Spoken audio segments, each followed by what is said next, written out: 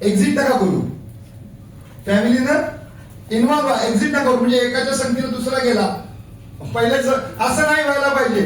तर दोघांनी एकामेकाच्या संगतीनं काम केलं पाहिजे. सो आता मी त्या दोघांना विनंती करतो की अत्यंत आदर्श असं जोडपं आहे ते.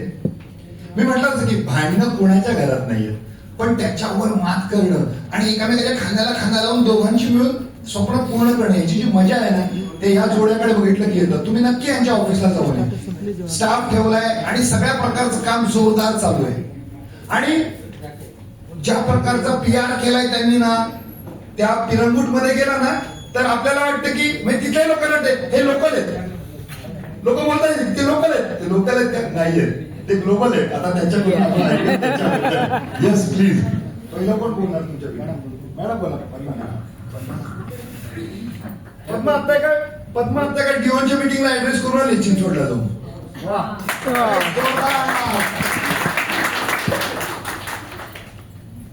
नमस्कार सगळ्यांना. माईक काय बोलू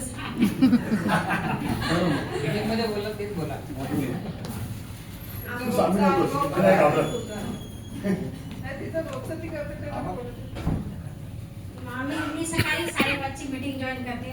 सर आणि मॅडम एकदम भारी आहेत. माझी 2017ची एजन्सी आहे आणि जवळपास आमच्याकडे 4 स्टाफ आहे आता सध्या. मला असं पहिल्यांदा सेकंड वेळेस झाला आणि मी फक्त आपलं काम पूर्णपणे म्हणजे 100% देऊन झोपून करते. सकाळची मीटिंग अटेंड करते, बाकी माझे घरचे कामं उरकून मी ऑफिसला जाते 11 वाजता आणि 11 ते 9 वाजेपर्यंत ऑफिसमध्ये असते मी. म्हणजे कस्टमर हँडल करणे, पॉलिसी म्हणजे जुने कस्टमर आहे त्यांचा हप्ता भरून घेणं, त्याला कॉलिंग करणं, त्याला प्रेझेंटेशन देणं. मग बाकी स्टाफचा जे काही निघालेले आहेत म्हणजे त्यांचे जे काही क्लायंट त्यांनी हे केलेले आहेत त्यांना पण प्रेझेंटेशन देणं फोनवर. बाकी कामे मी ऑफिसमधूनच करते. आणि आम्ही 2018ला जवळपास 10,000 लोकांचा सर्वे केला आहे. मग त्यामधूनच आतापर्यंत कस्टमर आमचे चालू आहे आणि जवळपास आमचे रेफरन्सवरच कॉल हे होतं, डन होतं. म्हणजे जे लोकांना आमची सेवा मोठेपणा म्हणून नाही की लोकांना आमची सेवा एवढी आवडते की ते स्वतःहून म्हणतात मॅडम आमच्या स्वतःहून ऑफिसला कस्टमर घेऊन येतात. म्हणजे आपण जे काम करतो ना ते मनापासून केलं पाहिजे असं मला वाटते. आणि LIC ही एवढी मोठी संस्था आहे ना आणि त्यासोबत आपल्याला काम करायला मिळणं म्हणजे आपलं भाग्यच आहे हे मी समजते. आणि मला अभिमान वाटतो की मी ह्या संस्थेची जोडली गेलेली आहे. त्यापासून किरण सरांना त्याबद्दल किरण सरांचे मनापासून धन्यवाद. पांचाळ सरांचे पण धन्यवाद. त्यांनी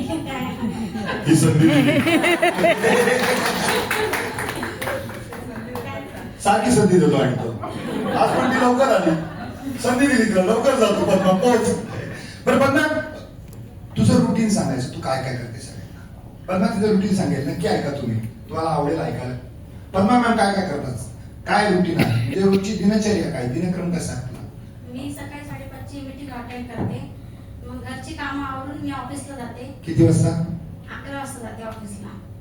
मग 11 वाजता ऑफिसला गेले की मग तिथं जे लोक येतात ना ऑफिसला त्यांचं प्रीमियम कलेक्शन करणं, त्यांचे मॅच्युरिटी क्लेम घेणं, मॅच्युरिटी फॉर्म भरून घेणं, त्यांचं सर्वर असेल तर मनी बॅक किंवा लोनचं हे असेल त्याचं फॉर्म भरून घेणं, मॅच्युरिटी क्लेम, परत डेट क्लेम असेल तर ते पण हे करते.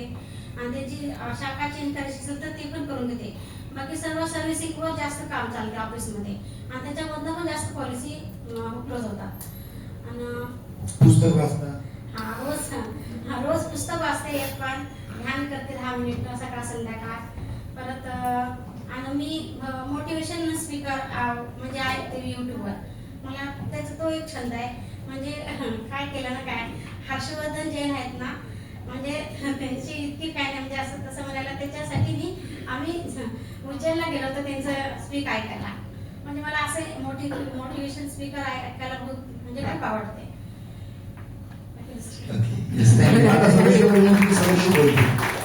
सदाशिव सर, तुम्ही प्लीज बोलणार का मार्गदर्शन करणार? कसं आहे काय कमिटमेंट पहिली द्या, पुढच्या वर्षी काय करणार ते मार्च पर्यंतची. मार्च पर्यंत मी लंडनला जाणार आहे सर. आता निघणार का? म्हणजे लंडनची जी स्पर्धा आली त्याला क्वालिफाय करायचं. तसाच तू. येस प्लीज बोला. Yes. येस. सर्वांना सप्रेम नमस्कार. आदरणीय किरण सर, आदरणीय सीमा मॅडम, आमचे आदरणीय भाईक सर आणि माझ्या बंधू भगिनींनो, तुम्हाला नमस्कार. पहिल्यांदा मी किरण सरांचे मनापासून धन्यवाद देतो. एक दोन मुळे गाण्याच्या पण म्हणतो मी पहिल्यांदा सर. हे असलं मस्का कॉलेज चालणार नाहीये. मला माझ्या वाढदिवसाला एमडीआयटी पाहिजे. करणारच का तू? करतो सर. 6 फेब्रुवारीला माझा वाढदिवस, मला एमडीआयटी पाहिजे त्याकडून. डिक्लेअर हा? Declare sir. हा Yes. मग ठीक आहे. चलेगा फिर ये मस्का गाणं होणे तो. गाणं मला सरांविषयी ते नेहमी त्यांच्याबद्दल माझ्या हृदयामध्ये जे येतात भाव, ते गाणं खूप एकदम स्पष्ट शब्दामध्ये ते त्याच्यामधून व्यक्त होतात की ते श्री श्री रविशंकरांबद्दल त्यांच्या शिष्याने ते गाणं गायलेलं आहे की अविरत बहती हुई जीवन की नदी ऐसे सुंदर सुंदर मोड़ लेती है और ऐसे किसी मोड़ पर गुरु मिलते हैं, उनका बनाया मार्ग मिलता है और जीवन इतना सुंदर हो जाता है कि आप कल्पना नहीं कर सकते, आप इमॅजिन नाही कर सकते. म्हणजे हे शब्द मला तंतोतंत लागू पडतात की माझ्या अशा कुठल्या तरी एका वळणावर किरण सर भेटले, म्हणजे ब्रांच मध्येच भेटले आणि तिथून माझं आयुष्य बदलायला सुरुवात झाली. ते गाणं असं आहे की एक दिन आप यूं ही हमको मिल जाएंगे, फूल ही फूल राहों में खिल जाएंगे, मैंने सोचा न था एक दिन जिंदगी इतनी होगी हसीन, झूमेगा आसमां गाएगी ये जमीन, मैंने सोचा न था. ला ला ला ला ला. टाळ्या वाजवा.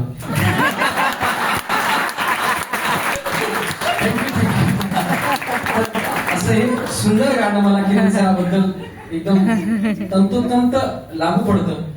आणि माझा जो प्रवास 0 पासून सुरू झाला की मी, तुम्हाला माहिती असेल नसेल, मी LIC मध्ये ऍज अ सिक्युरिटी गार्ड म्हणून ड्युटीला आलो होतो 2007 साली.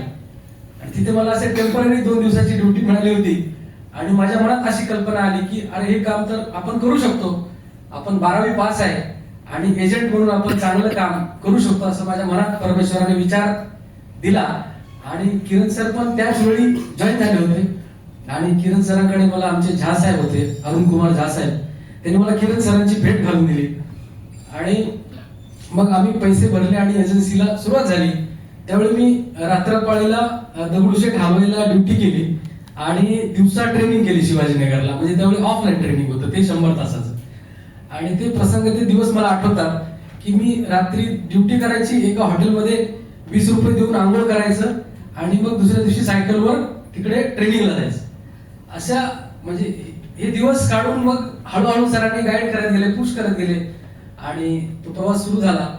मग काय म्हणतात त्याला, धडपडत उठत अशा ते काम सुरू झालं. आणि सरांना काहीतरी माझ्या दिसलं असेल की हा मुलगा चांगलं काम करू शकतो. सरांनी मला कधीच हात सोडला नाही माझा, मी बऱ्याचदा सोडला. म्हणजे सरांनी माझा कधीच हात सोडला नाही.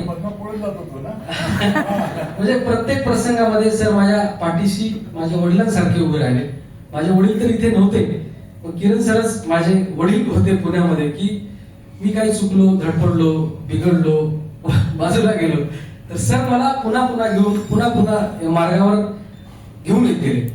आणि मग माझे मित्र कलिग म्हणजे राजाभाऊ आहेत, आदरणीय मच्छिंद्र महेश, यांनी एवढं छान आमच्यासोबत बॉन्डिंग केलं की आम्ही हातात हात घालून आमचा प्रवास सुरू झाला 2013-14 पासून.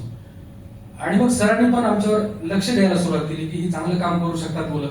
आणि मग त्यांना आम्ही ट्रेनिंग्स घेत गेलो. सर म्हणजे विकली मिटिंगला प्रत्येक सरासरी आम्ही हजर राहिलो. म्हणजे वर्षात जर 50 मिटिंग झाल्या असतील तर किमान 40 मिटिंगला तरी आम्ही हजर राहिलो.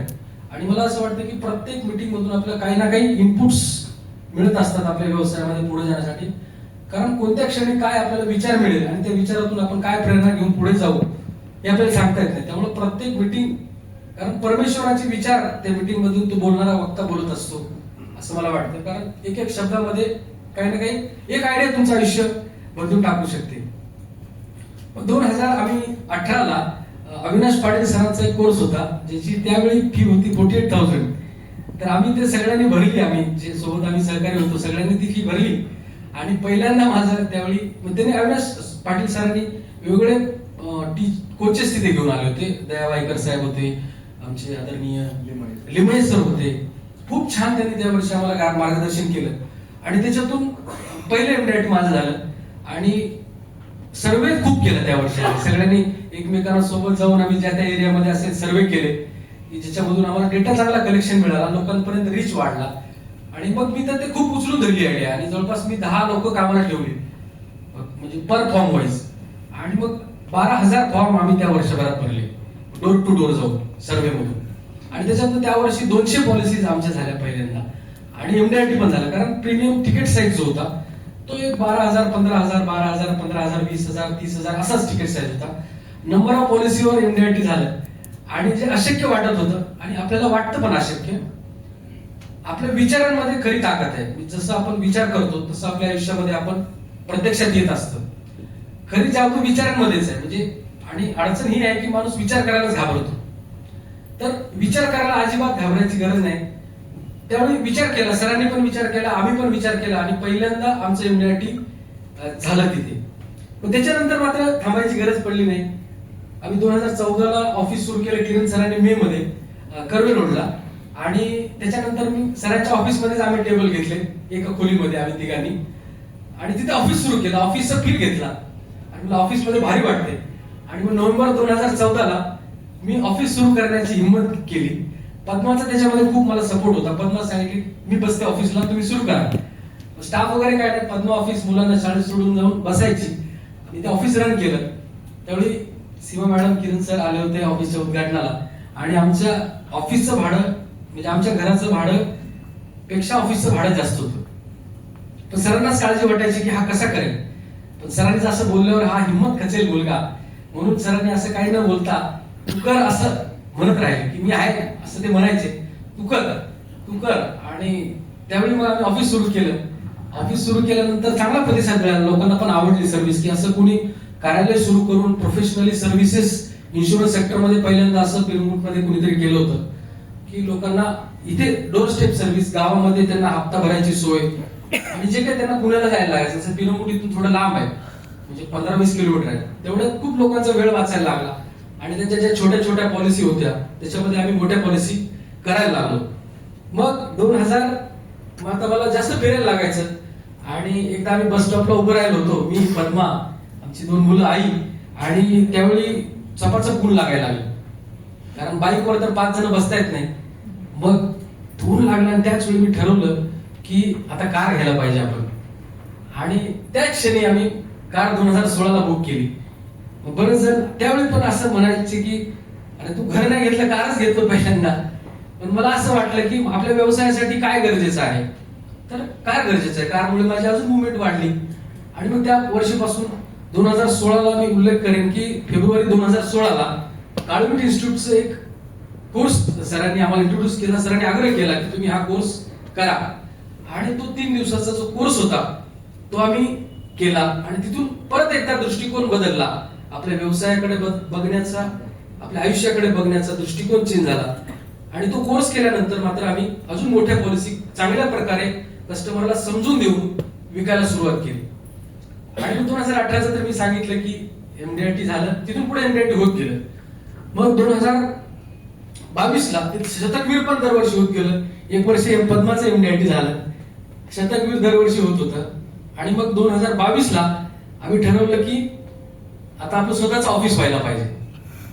आणि मग तो परत एकदा असा निर्णय झाला की घर न घेता ऑफिस विकत घेणं. तर आम्ही तिथल्या कमर्शियल कॉम्प्लेक्स मध्ये पिरमुटच्या 21 लाख रुपयाचं स्वतःचं 300 स्क्वेअर फुटाचं ऑफिस तिकडे परचेस केलं. त्यावेळी पण सीमा मॅडम, किरण सर आले होते. आणि त्या ऑफिसचं पण आमचं झालं काम. स्वतःचं ऑफिस कमर्शियल कॉम्प्लेक्स मध्ये झालं.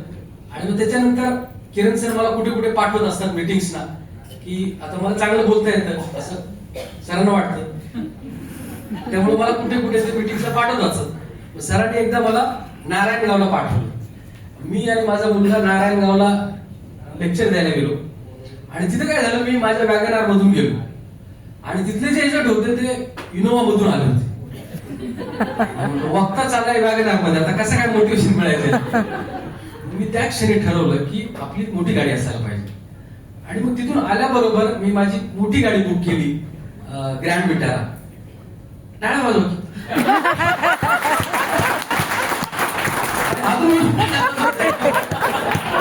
मंत्रमुग्ध झाले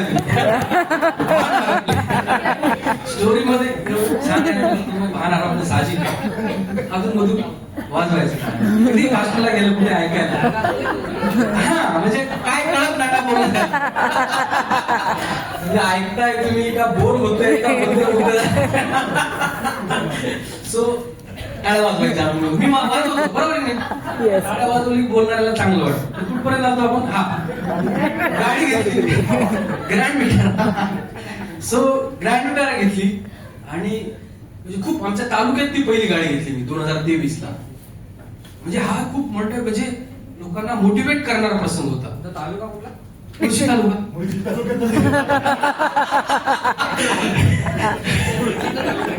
येस, म्हणजे आमच्या गावामध्ये ग्रँड विटारा मी पहिली घेतली 2023 ला. मग माझं बघून बघून लोक ग्रँड विटारा घ्यायला लागले. मला म्हणजे राईड बघितली, माझ्याकडून त्यांनी टेस्ट ड्राईव्ह घेतली, माझी गाडी चालवून बघितली आणि मग असं आपण पुढे जात राहिलं पाहिजे असं मला वाटलं. आणि त्याच्यानंतर सांगण्यासारखं बरंच आहे. आणि आता सोशल मीडियामध्ये आम्ही दुबईला जाऊन आलो 2024 ला. तर दुबईचं तर ते 2-4 महिने विसरताच नव्हतं. असली भारी दुबई, शपथ सांगतो. सिंगापूरचा अनुभव सांग ना. सिंगापूरचा अनुभव मला सांगता येणार नाही.